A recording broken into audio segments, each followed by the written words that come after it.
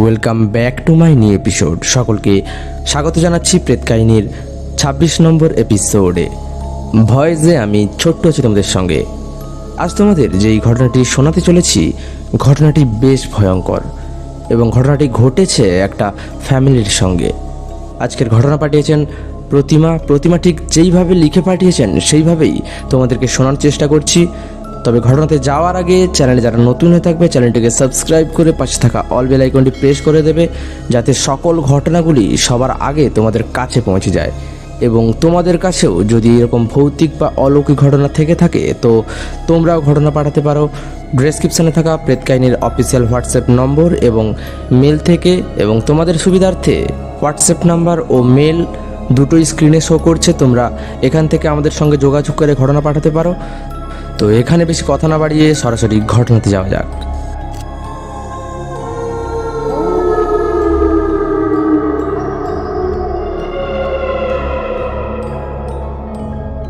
নমস্কার দাদা, আমার নাম প্রতিমা।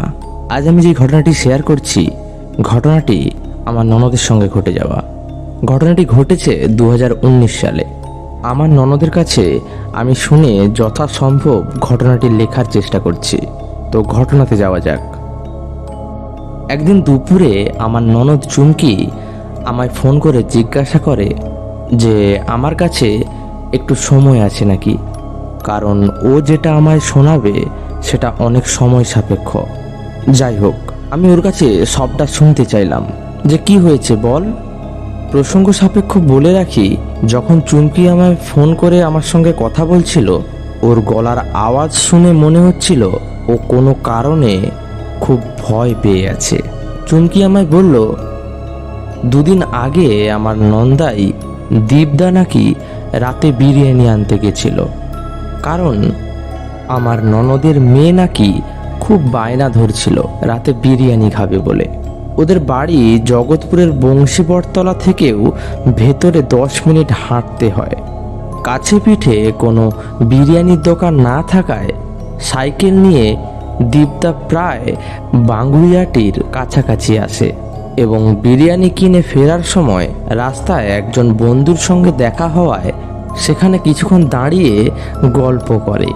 এদিকে রাত হয়ে গেছে আর মেয়ের খিদে পেয়েছে বলে চুমকি ফোন করতে দীপদার হুঁশ ফেরে, তাই সেখান থেকে তাড়াতাড়ি বাড়ির দিকে আসতে থাকে। শর্টকাট নেবে বলে দীপদা একটা অন্ধকার গলি দিয়ে সাইকেল চালিয়ে আসে।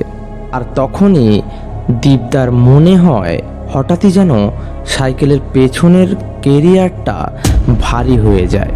এমনিতেই এই গলিটা ভালো নয়, রাতে সচরাচর এই গলি দিয়ে কেউ যায় না। অনেকেই নাকি ওখানে অশরীরীর উপস্থিতি টের পেয়েছে। সাইকেলের ক্যারিয়ারটা ভারী হয়ে ওঠায় দীপদার মনটা উসখুস করতে থাকে। যথারীতি তাড়াতাড়ি বাড়ি ফিরে আসে আর এই গলির বিষয়ে চুমকিকে কিছুই বলে না, কারণ হাজার অসুবিধা পড়লেও এই গলি দিয়ে আসতে চুমকি বারণ করে দিয়েছিল। ঘটনাটি তাও এই পর্যন্ত হলে ঠিক ছিল, কিন্তু তারপর ওদের সঙ্গে ঘটে যায় কিছু অস্বাভাবিক ঘটনা। ওই দিন রাতে আর কোনো সমস্যা হয়নি। সমস্যার সূত্রপাত হয় পরের দিন দুপুরে। সবাই খাওয়া দাওয়া সেরে ভাত ঘুম দেবে বলে শুতে যায়। সেদিন ছিল শনিবার, তাই মেয়ের স্কুল ছুটি বলে আমার ননদের মেয়ে সোনামা টিভি দেখছিল। তখনই দীপদার একটা ফোন আসে, তাই একটা দরকারে বাগুইহাটি যেতে হবে। চুমকি ঘুমিয়েছিল, তাই একটু হালকা ডেকে দীপদাকে বাইরের দরজাটা বন্ধ করতে বলে। আর চুমকি ঘুমের ঘোরেই হ্যাঁ বলে জবাব দেয়। আর তারপর দীপদা বেরিয়ে যায়। ব্যাস 10 মিনিট হবে, চুমকির মনে পড়ে দরজা বন্ধ করার কথা। আর তখনই সঙ্গে সঙ্গে উঠে বিছানায় বসে। জাস্ট খাট থেকে পাটা নামিয়েছে, ঠিক তখনই ওর মনে হলো ওর পাশে কেউ একজন বসে আছে। ও আসলে দেখতেই পেয়েছিল কেউ একজন বসে আছে।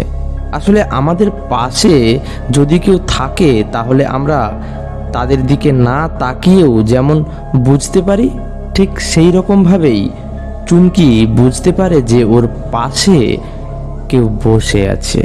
তখন চুমকি এতটাই ভয় পেয়ে যায় যে চিৎকার করে সোনামাকে ডাকতে থাকে আর ঘরের লাইটটা জ্বালতে বলে। সোনামা দৌড়ে এসে ঘরের লাইটটা জ্বালায় আর জিজ্ঞাসা করে, মা কি হয়েছে, তুমি চিৎকার করছো কেন?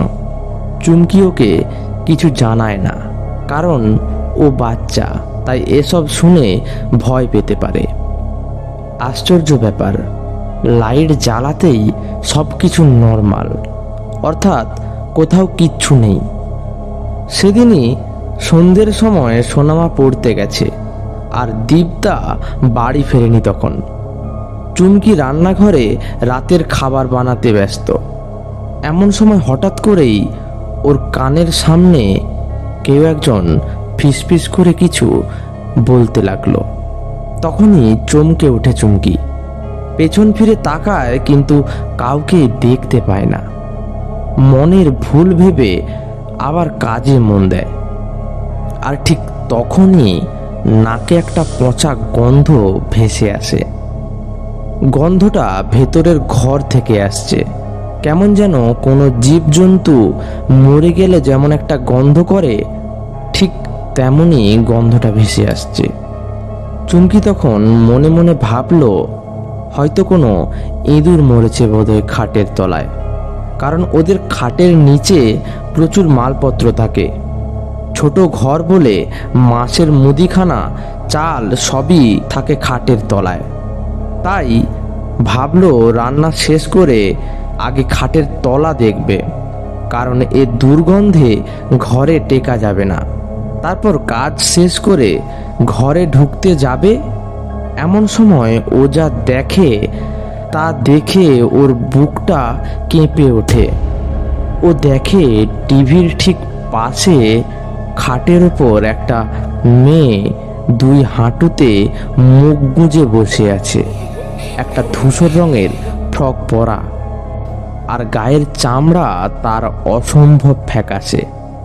চুলগুলো সারা পিঠে ছড়িয়ে আছে, আর খানিকটা চুল এমনভাবে মুখের কাছে পড়ে আছে যে কিছুতেই তার মুখের কোনো অংশই দেখা যাচ্ছে না। এই দৃশ্য দেখে এতটাই ভয় পেয়ে যায় যে ভয় পেয়ে ওই রান্নাশালেই হতাশ হয়ে বসে পড়ে।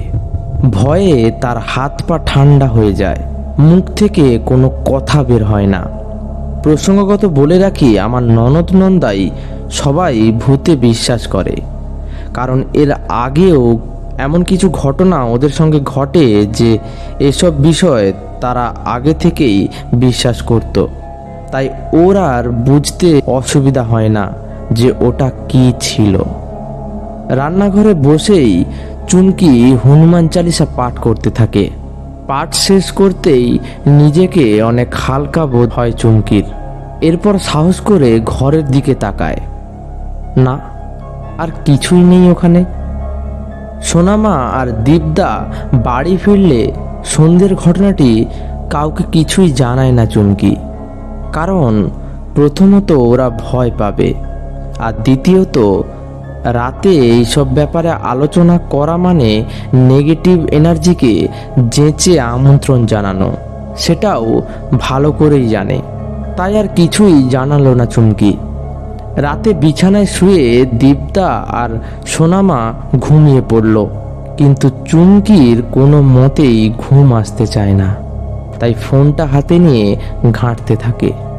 ফোনটা দেখতে দেখতে চোখ লেগে আসে, তাই ফোনটা যেই লক করে, আর তখনই চুমকি পরিষ্কার দেখতে পায় ওর মাথার কাছে কেউ দাঁড়িয়ে আছে, এবং ওটা আর কেউ নয়, সন্ধ্যের সময় দেখা সেই একই মেয়েটি।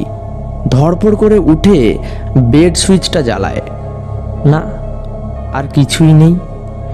মনের ভুল ভেবে লাইটটা অফ করে আবার শুয়ে পড়ে। খানিকক্ষণ বাদে আবার সেই পচা গন্ধটা ওর নাকে আসতে থাকে। চুমকির ঘুম ভেঙে যায়, কিন্তু ও চোখ ফেলে না।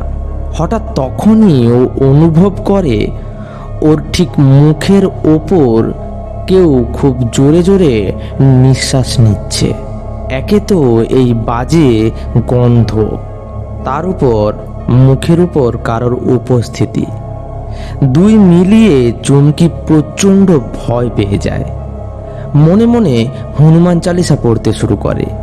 কিন্তু কি আশ্চর্য, যতবার পাঠ করতে যায় ততবার মাঝপথে এসে লাইনগুলো ভুলে যায়। ও রোজ পড়ে এটা, কোনো মতেই ভুলে যাওয়া সম্ভব নয়। তাহলে কেন এমন হচ্ছে? প্রচণ্ড ভয়ে ওর মুখ থেকে এক প্রকার গোঁগোয়ানির শব্দ বেরিয়ে আসে, আর দীপদার ঘুম ভেঙে যায় এই শব্দে। এবং দীপদা লাইট জ্বালায় আর যথারীতি চুমকিকে জিজ্ঞাসা করে যে কি হয়েছে, শরীর খারাপ লাগছে নাকি। অনেক কষ্টে চুমকি বলে যে ও ঠিক আছে, কিন্তু দীপদা হঠাৎই চুমকিকে অবাক করে জিজ্ঞাসা করে, কাউকে দেখেছো ঘরে? কোনো মেয়েকে দেখেছো? চুমকি তখনই বুঝে যায় যে দীপদাও তার মানে কিছু দেখেছে। আর কথা বাড়ায় না। এই মাঝরাতে কোনো অশুভ শক্তির আলোচনাও করতে চায় না, তাই দীপদাকে বলে ঘরের লাইটটা জ্বালানো থাক, আর বুদ্ধি করে ইউটিউবে হনুমান চালিসা চালিয়ে দেয়। আর আমি ওকে একটা ছোট্ট বজরংবলীর মূর্তি গিফট করছিলাম।